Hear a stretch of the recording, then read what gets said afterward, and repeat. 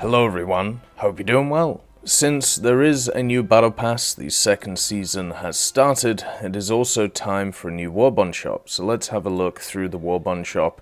Let's give my picks and also things to have a look at to make sure that you guys can get some cool stuff. Obviously the premiums have changed over since last time.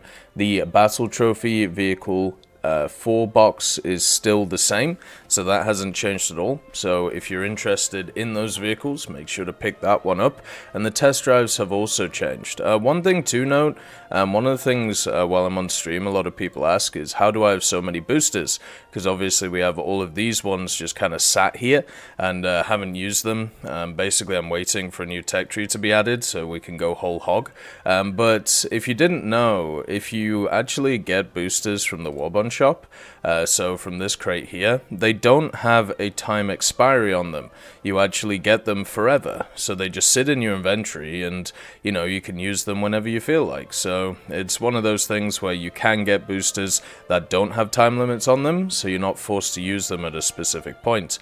Now let's have a look at the test drives that are available. So we have the Centurion Action X, the Mi24 HS80, the Akebono, then the T54E1, and also the SU6, which are available. So the first one, the Centurion Action X, is a really nice vehicle. This one is part of a incredibly good British lineup, which keeps going up in BR, with the Carnarvon, the Centurion Mk.II, the FV4202 as backup, and this one just adds another nice little stabilized 20-pounder to the list. Obviously with APDS getting a buff last year, plus the fact it has a stabilizer and decent mobility, not the best but good enough, that's a great all-round package for a medium tank which works incredibly well. So if you're interested in, you know, the British line, this is a definite test drive pickup.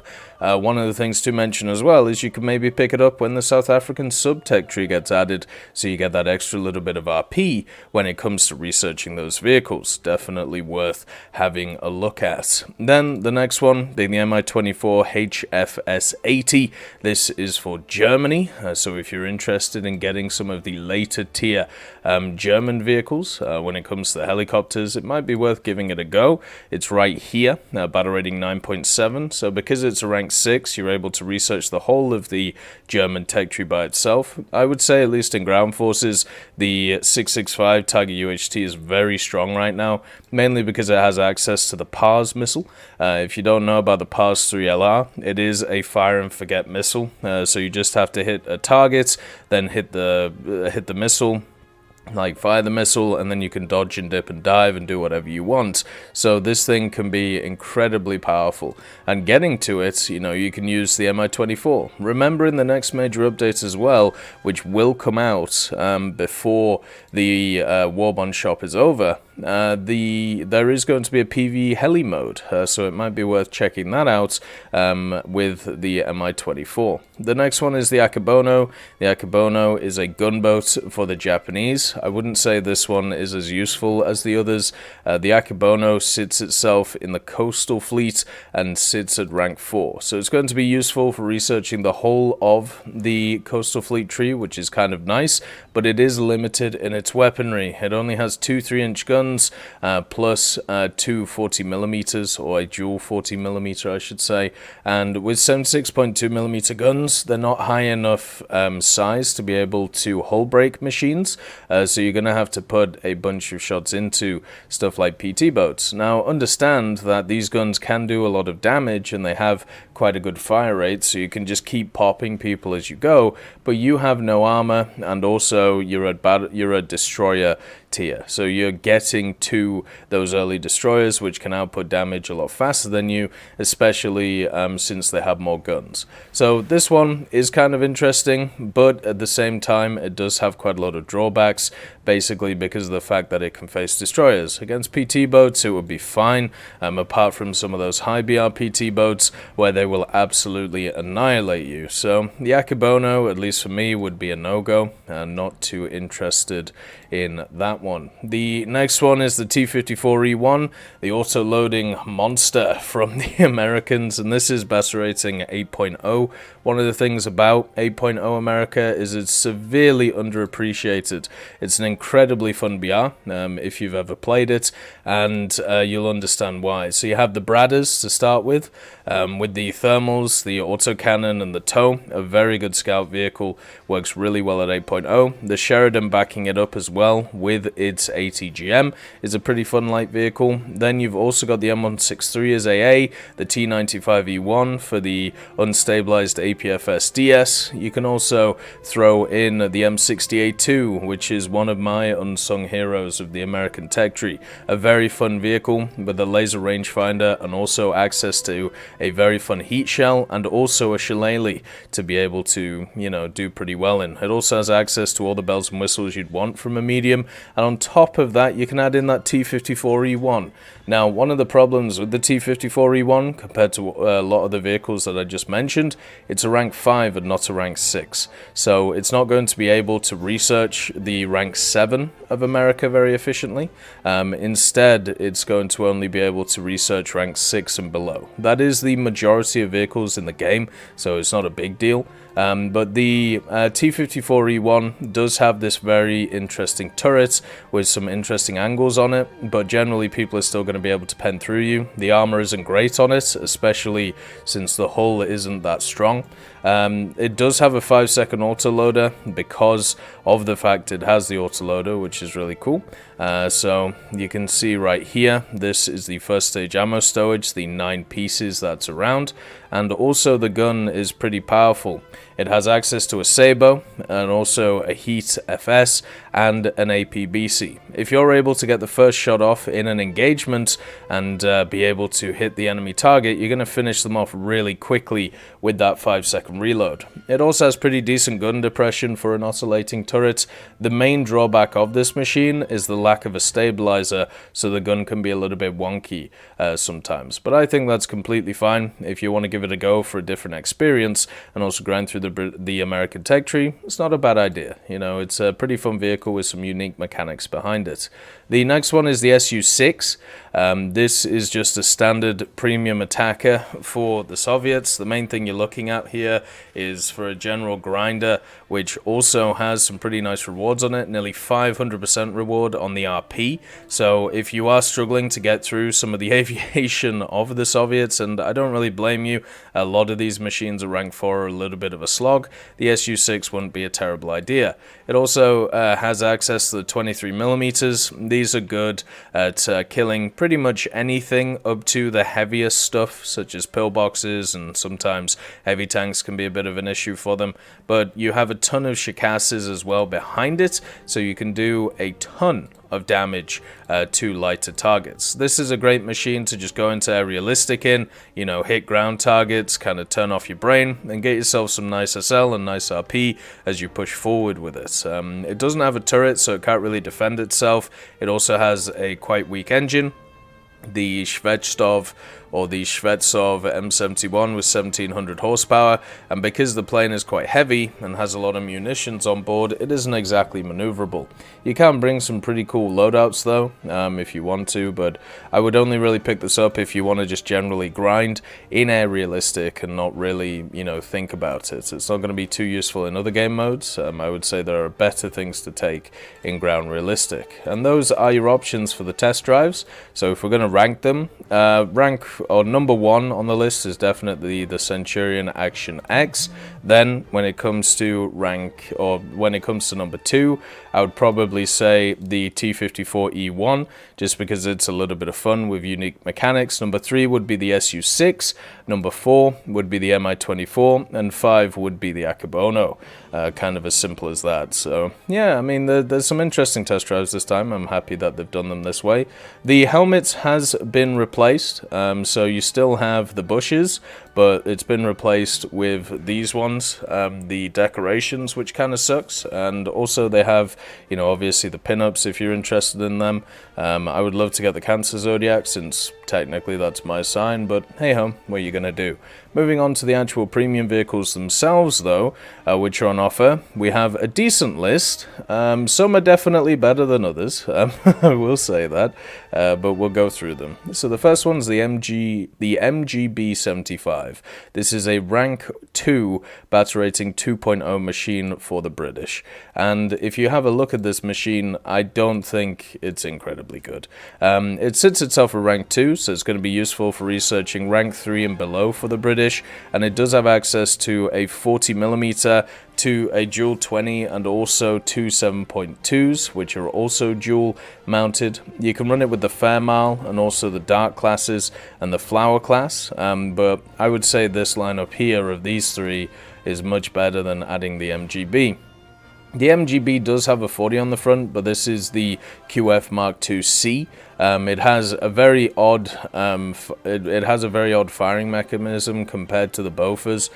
Just to give you an idea, you know how the Bofors can just fire over and over and over and over again?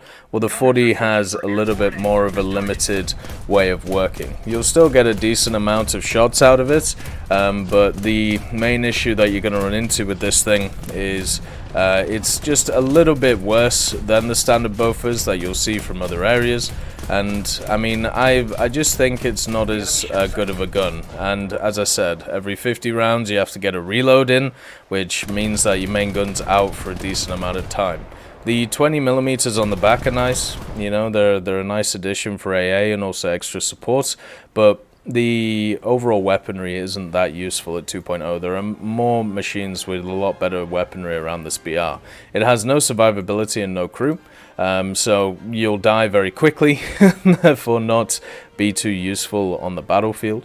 And yeah, that's really about it. The speed of the machine is good, so if you want to walk around and capture points, I suppose that's nice, but I just think you already have a really strong 2.0 lineup.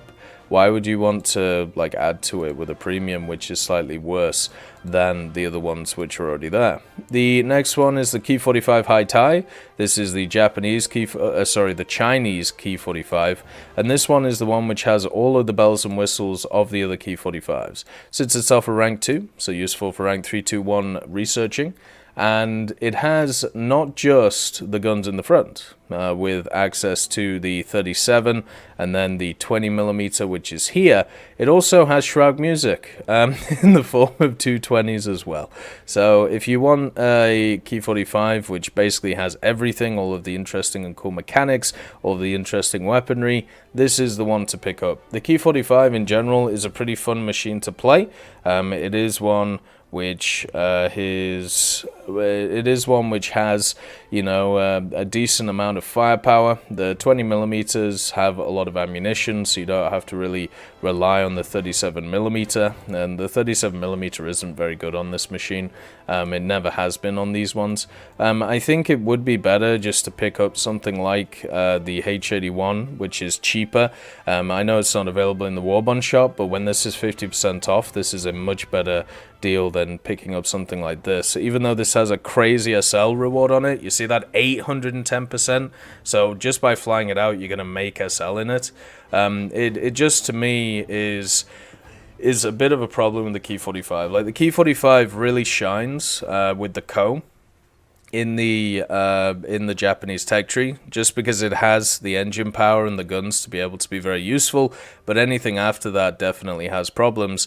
And by the time you get to 3.3, you're starting to run into some very maneuverable, very high energy planes, single propellers, which are just going to run rings around you. So that's a problem. But if you want to get a Ki-45 with all the bells and whistles, it's not a bad idea. Then you got the Lafayette, a standard P40F5 for the French. It's a rank 2 vehicle. This one is actually really good, and not just because it's a standard P40. P40s work really well in the game.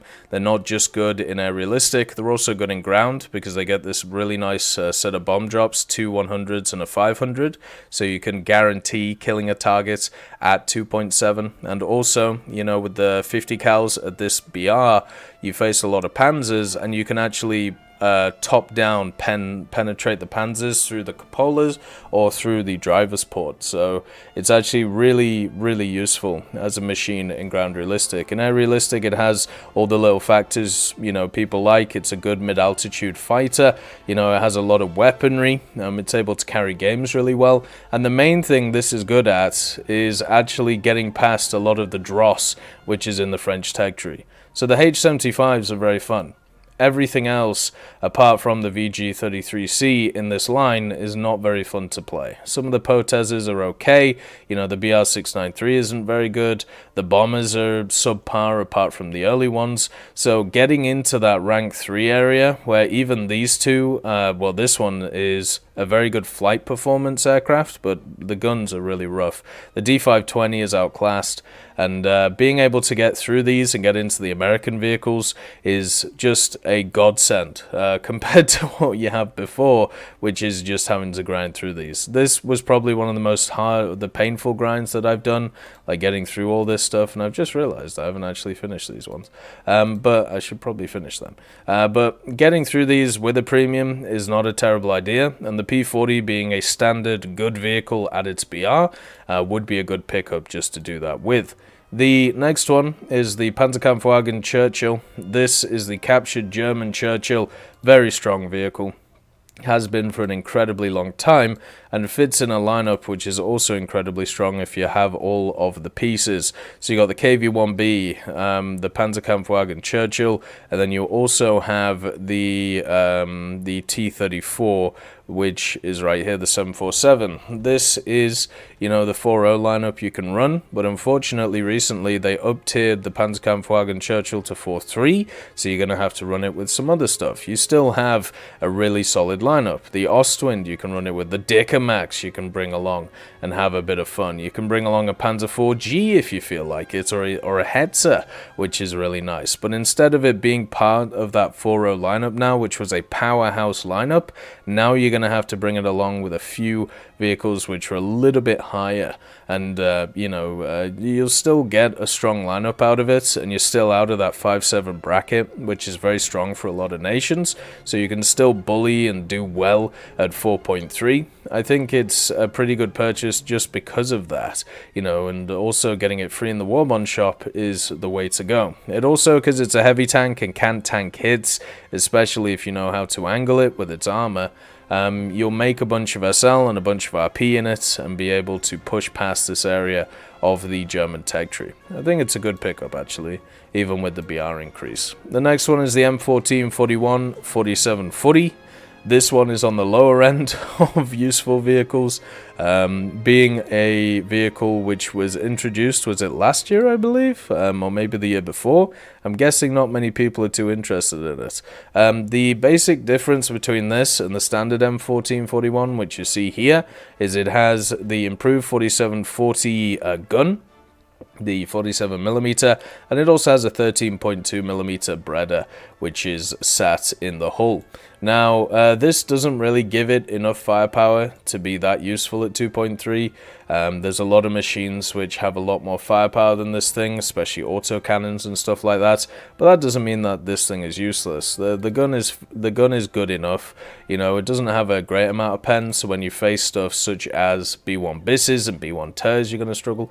But against everything else, it's completely fine. You have decent mobility flying around the place. The gun rotation and stability are not very good. It's just one of those vehicles that doesn't really come up to snuff compared to a bunch of other stuff you can have, you know, and the fact that they've just had the Celere Sahariano, which is just basically a better version of this. You know, it has the same gun, but it has a much lower profile. It's also more of a speedy boy. It makes this one a very hard thing to pick up. I suppose that's why you would pick it up in a Warbond shop, but it does be part of a decent lineup. You know, the M3A3 is very strong. The M1542 is also very strong. You know, you can bring some tank destroyers if you want as well. Overall, it's not a great vehicle. There are just better ones at its BR. but I suppose if you want to grind Italy, it's not a bad one. The Jihad Shotgun is terrible. It's one of those meme vehicles which can't really meme anymore. And what I mean by this is it has this 120mm naval shotgun. When it was added to the game, this thing would actually one-shot stuff quite regularly, because it was a pre-release vehicle for the Japanese, and all it has access to is this short ordinary HE with 31mm of pen. What it would do is it would just see a target and donk it, and that would be it, you know. Nowadays it has issues because of the fact it has the long reload, and because its HE isn't as useful as it was before. So it's just one of those vehicles which has been left in time, unfortunately, and it's just kind of useless now. It's I suppose it's a nice hanger piece, but that's really about it. It doesn't have any great factors on it. Sometimes it's fun to donk people with HE, but guess what? You have the whole row, and you're about to have the hero Shah for the next update, and also you have the wonderful Jihad LG. So you've got those options in the tech tree, and they're a lot more useful than you are. The next one is the XP50. This is a really good machine for America. It's really good in aerialistic, but it's not really good in anything else. So it's a very specific plane, which is good in one specific game mode. The reason why the XP50 is good is, first of all, it's a 3.7 at rank 3, so it's useful for researching rank 4 and below. It also has really good reward on it when it comes to its SL. You can see that 780%, very, very good. Plus the RP is very good as well, so it has those factors going for it. Another thing to mention is it does have a different skin on it as well, if people are interested in the different camouflages, but the main thing that the XP50 does well is it climbs insanely well. It's one of the machines which outclimbs nearly everything at its BR, and it means that you can always have the energy advantage over your opponents to be able to start the fight. And 220mm plus 2 Brownings means that you're going to take apart anything that you face. It also has them centrally mounted, so you don't really have to worry about convergence as much, and it's just an out-and-out great fighter. It's just not really useful at anything else. It has no secondaries, it has no real, no real AI killing capabilities, so this truly is an air superiority fighter, and if you enjoy air superiority fighting, this is, the one to go for. But apart from that, you might struggle a little bit in it. It doesn't have the best top speed, and its dive, you've got to be careful of not ripping it, but when it comes to overall maneuverability, like moving it around the air, it feels really nice. So it's a great plane, and should be seen as so. The next one is the SMK. This is the Soviet battleship, which is obviously in the ground tech tree. The land ship, I suppose you'd call it. And the SMK sits itself at 3.7 right now, and a rank 2. So it's useful at researching rank 3, 2, and 1. Doesn't have great SL rewards on it. It does have good RP rewards on it though, and it does have the 76mm L11 from the KV, and also a 45mm to back it up. The main thing about this is its armor isn't really good. You can penetrate it pretty easily with the majority of guns at the BR, but being able to kill it in one shot is pretty hard to do, just because of how the machine is set up itself. So you might survive a bunch of shots, not because they can't pen you, but because of just how everything is set up in the vehicle itself. The engine is 850 horsepower, the thing is 55 tons, but the engine is fine to get it moving around. It's also a pretty fun vehicle just to wander about in with some mates, but it's definitely not a meta vehicle, just because it gets slammed by a lot of the high penetrating rounds, which you see at this BR. So it's not going to be something that's going to be a great grinder. It's just going to be something which is a bit of fun. Maybe you want to go to low tiers again and just relax if you play a bunch of high tiers for a while and you find that quite stressful. But it's a decent pickup, and it's a unique one with the multi-turreted idea. So if I was going to rank these, so number 1 would be the P40, just to get through that French grind. Number 2 would be the XP50, just because of its air superiority. Number 3 would be the Panzerkampfwagen Churchill, always a fun machine to play, and a good lineup around it. Number 4 would probably be, or number 4 would be the SMK, just for that little bit of fun. Number 5 would be the Ki-45 High-Tie, just because of all of its mechanics. Number 6 would be the MGB-75, even though it's not very good.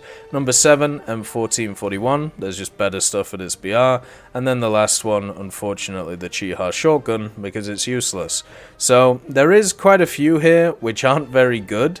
I've got to be honest, but the ones that are good, you know, the XP50, the P40, and the Churchill are incredibly good. So a little bit of high stuff, a little bit of low stuff, and not too much in the middle on this Warbond shop. And if you want to get stuff from the old Warbond shop, you can still purchase it now if you are interested. So if you are close to getting one of the boxes, you have 5 days to be able to get it, so make sure to do that when you can. Anyway, thank you for watching. I hope you all have a wonderful day, and I'll see you next time. I'd just like to thank Teddy, John Ryman, Universe, Conte Baraka, Trigger Hippie, Eugens Terry, Ambrosius McClellan, Daniel Stanton, Martinez, B. Young, Hosest Kishol, Hans, Bareen, and Samuel Schlick for supporting the channel.